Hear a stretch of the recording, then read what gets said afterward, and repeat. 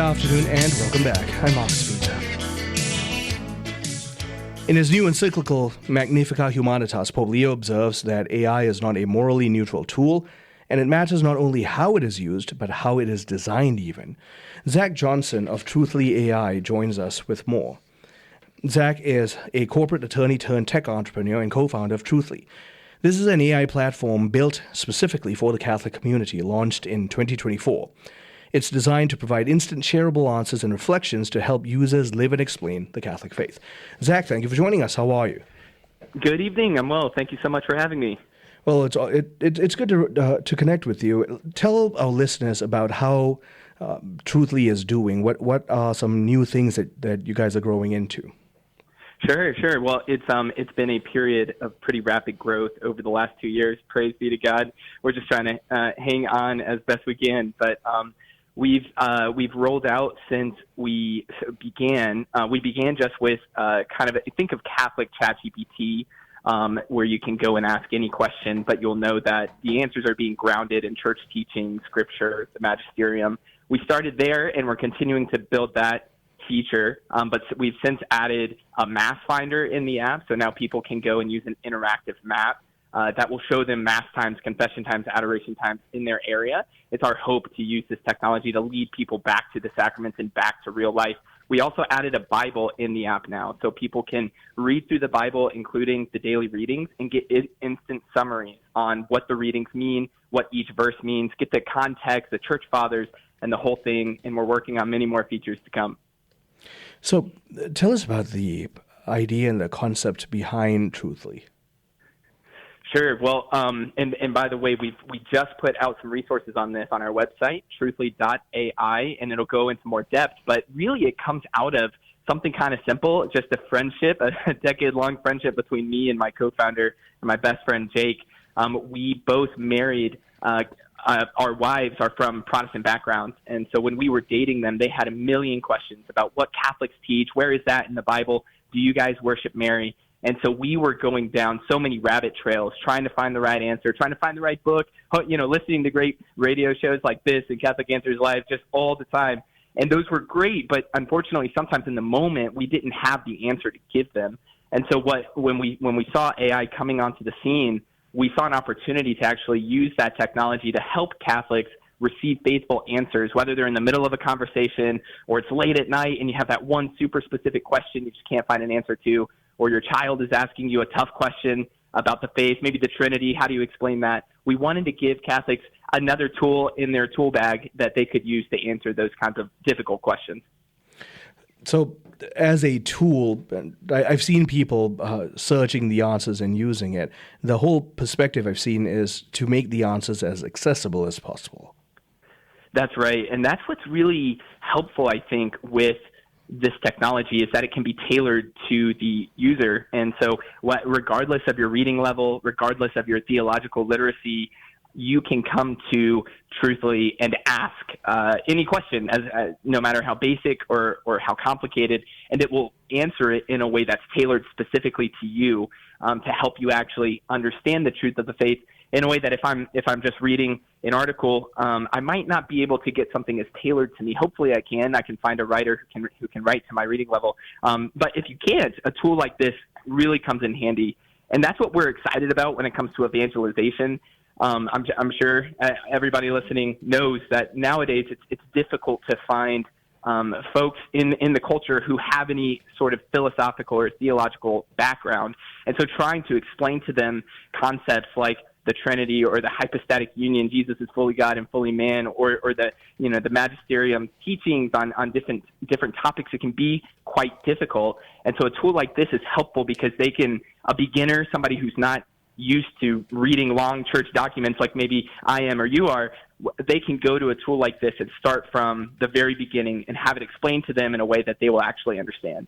So let's talk about long documents that come out of the heart of the church. Pope Leo XIV and his new encyclical. Share with us some of your thoughts. Sure. No, I mean, it's incredible. It's incredible. It's quite a big document. It took me most of the day yesterday to get through it. And thankfully, as you mentioned, I'm a lawyer by trade, so I'm used to handling these kinds of large texts. But it's pretty powerful, and it's clear that Pope Leo XIV sees AI doing something that similar to what the Industrial Revolution did, and Pope Leo XIII dealt with the Industrial Revolution. And so this is the first papal encyclical to deal with artificial intelligence directly. And I think Pope Leo just did a masterful job at dealing with both the pros and the cons of this. My read of it is that he is a father, he's a shepherd, he's looking out for the world and the church, and he's showing us, hey, there's real potential here, there's real benefits here, but there's also real dangers and shortcomings that we all need to be real about, and we all need to be aware of. I concur. I'm going to be talking with my dear friend, Dr. Matthew Bunson, after this segment, and that's one of the things that's been on my mind, too.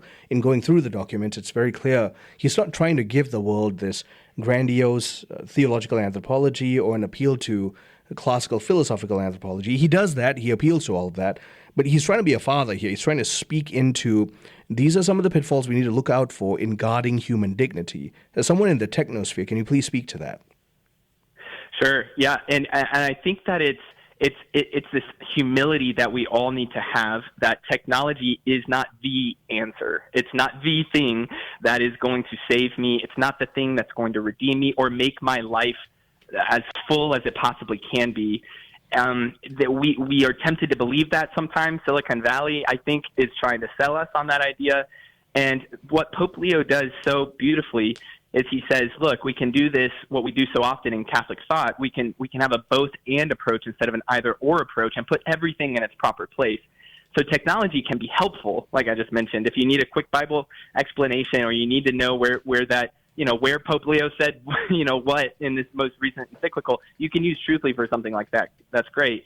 But it can't, I would say it can't be the fullness of your formation. You need to go and actually have a real Bible study with real people in your real parish. And it can't substitute for real human connection or real relationships.